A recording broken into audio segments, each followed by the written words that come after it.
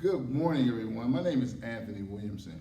I am the Director of College and Career Readiness at Washington Community College for the Park Ridge and Harriet Centers in Ypsilanti. I've been in Ypsilanti for over 30 years. I am originally from Detroit, where I attended Mason Elementary School. I came to Ypsilanti when I was 19 years old to go to college at Eastern Michigan University. During my time here, I met and married my wife, Elizabeth Williamson, and we've been married 26 years. We have 3 children. Not 4 children, I'm sorry. We have 4 children, one's an adult, who also attended schools in Ypsilanti. Today, I am here with my good friend, Miss Calista, and we are going to read some books today. We're reading books today because, as you guys are all aware, there is a national pandemic that has robbed us of some of our valuable school time. And Calista and other community members, including myself, decided that why not share our wonderful gift of reading with our children. Today I'm reading How the Grinch Stole Christmas by the famous author, Dr. Seuss. It's one of my favorite books and also one of my colleagues' favorite books. How the Grinch Stole Christmas. Every Who down in Whoville liked Christmas a lot. But the Grinch, who lived just north of Whoville, did not. The Grinch hated Christmas, the whole Christmas season. Now, please don't ask why. No one quite knows the reason. It could be his head wasn't screwed on just right. It could be perhaps his shoes were too tight. But I think that the most likely reason of all may have been that his heart was 2 sizes too small.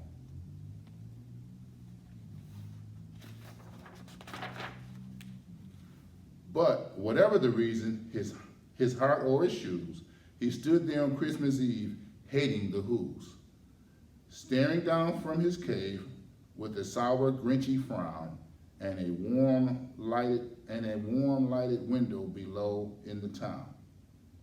For he knew every Who down in Whoville beneath was busy hanging a mistletoe wreath.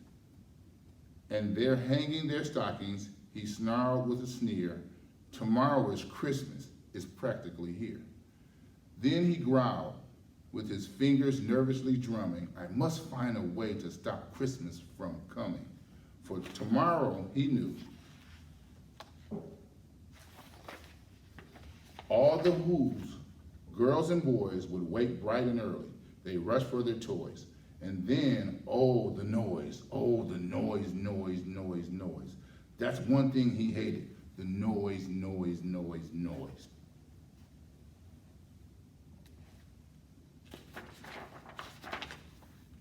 Then the Whos, young and old, would sit down to a feast, and they feast. They would feast on Who pudding and rare Who roast beast, which was something the Grinch couldn't stand in the least.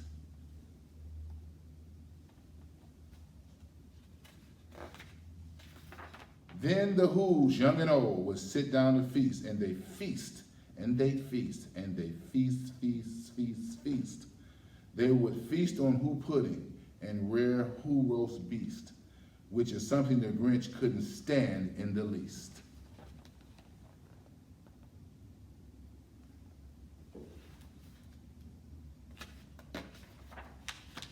And then they do something he liked least at all. Every Who down in Whoville, the tall and the small, would stand close together with Christmas bells ringing. They stand hand in hand, and the Whos would start singing. They sing and they sing, and they sing.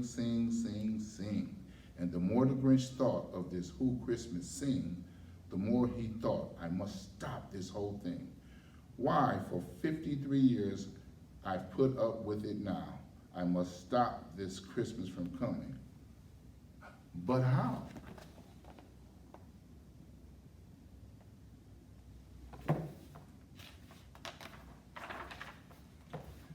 And then he got an idea, an awful idea. The Grinch got a wonderful, awful idea.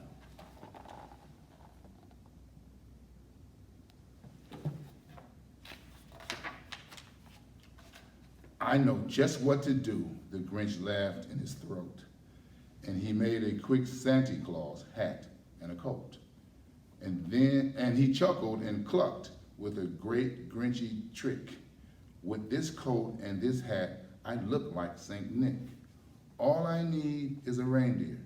The Grinch looked around, but since reindeer are scarce, there was none to be found. Did that stop the old Grinch? No, the Grinch simply said. If I can't find a reindeer, I'll make one instead. So he called his dog Max. Then he took some red thread and he tied a big horn on top of his head.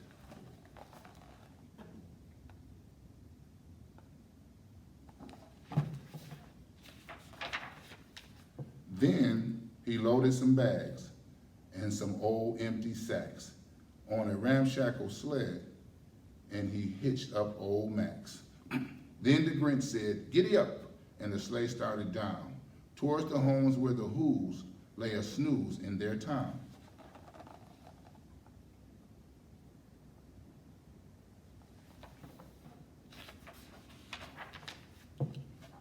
All their windows were dark, quiet snow filled the air. All the Who's were all dreaming sweet dreams without care. When he came to the first little house on the square, "This is stop number one," the old Grinchy Claus hissed, and he climbed to the roof, empty bag in his fist.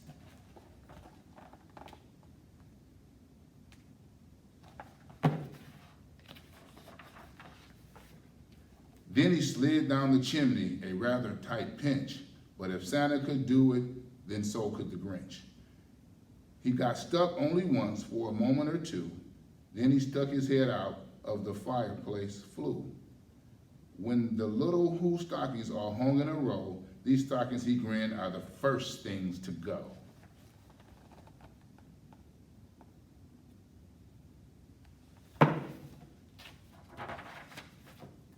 Then he slithered and slunk with a smile most unpleasant around the whole room, and he took every present.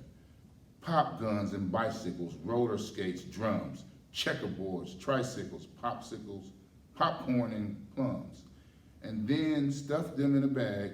Then the Grinch very nimbly stuffed all the bags one by one up the chimney.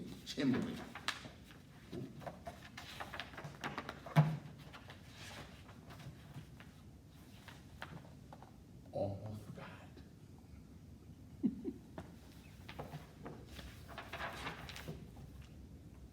Then he slunk to the icebox. He took the Who's feast. He took the Who pudding. He took the roast beast. He cleaned out the icebox as quick as a flash. Why, that Grinch even took the last can of Who hash.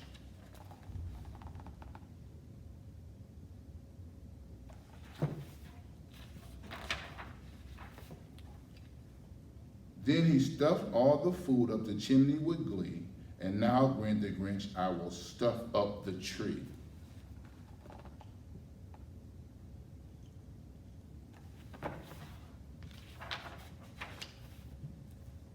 And the Grinch grabbed the tree and he started to shove when he heard a small sound like the coo of a dove. He turned around fast and he saw a small Who, little Cindy Lou who was not more than 2. The Grinch had been caught by this tiny Who daughter who got out of bed for a cup of cold water. She stared at the Grinch and said, "Santa Claus, why? Why are you taking our Christmas tree? Why?"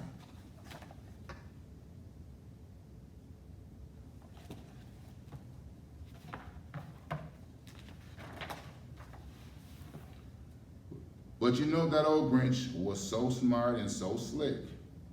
He thought of a lie and he thought it up quick. "Why, my sweet little tot," the fake Santa Claus lied, "there's a light on this tree that won't light on one side. So I'm taking it home to my workshop, my dear. I'll fix it up there, then I'll bring it back here." And his fib fooled the child. Then he patted her head, and he got her a drink, and he sent her to bed. When Cindy Lou Who went to bed with her cup, he went to the chimney and stuffed the tree up.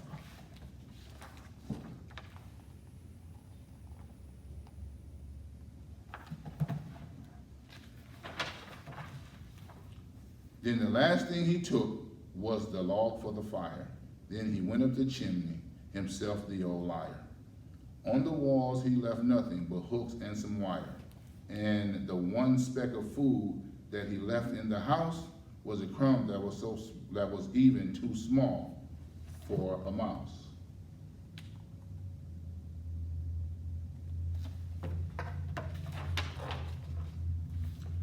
Then he did the same thing to the other houses, leaving crumbs much too small for the other mouses.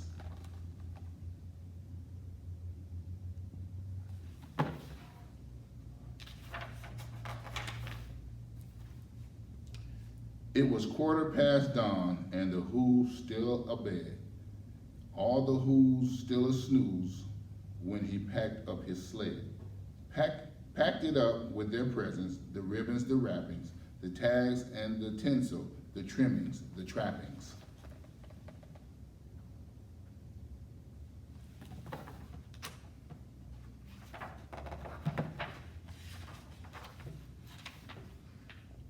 "3,000 feet up the side of Mount Crumpet, he rode with his load to the tip top to dump it. Pooh to the who's, he was grinchingly humming. They're finding out now that no Christmas is coming. They're just waking up. I know just what they'll do. Their mouths will hang open a minute or two. Then the who's down in Whoville will all cry, boo hoo."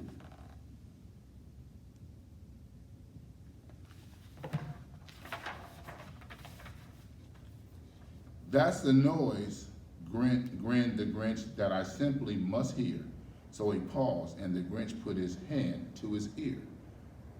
And he did hear a sound rising over the snow. It started in low, then it started to grow.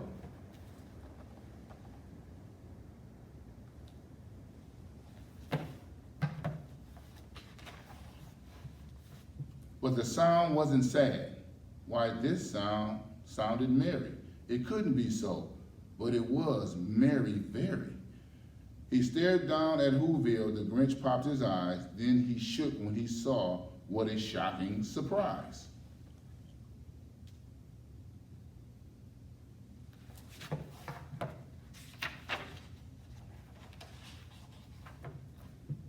Every who down in Whoville, the tall and the small, was singing without any presents at all.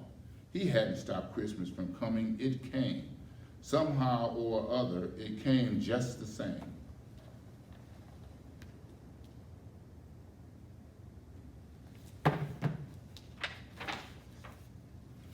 And the Grinch, with his Grinch feet ice cold in the snow, stood puzzling and puzzling, how could it be so? It came without ribbons, it came without tags, it came without packages, boxes, or bags. And he puzzled 3 hours till his puzzler was sore. Then the Grinch thought of something he hadn't before. Maybe Christmas, he thought, doesn't come from a store.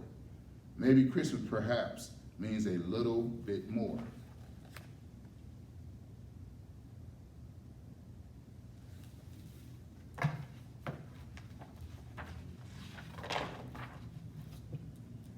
And what happened then? Well, in Whoville they say that the Grinch's small heart grew 3 sizes that day. And the minute his heart didn't feel quite so tight, he whizzed with his load through the bright morning light. And he brought back the toys and the food for the feast. And he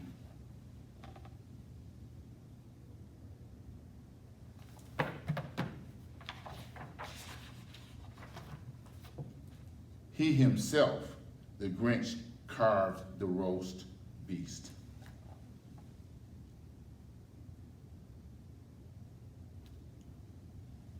So that is the end of this wonderful sight. Merry Christmas to all and to all. Good night.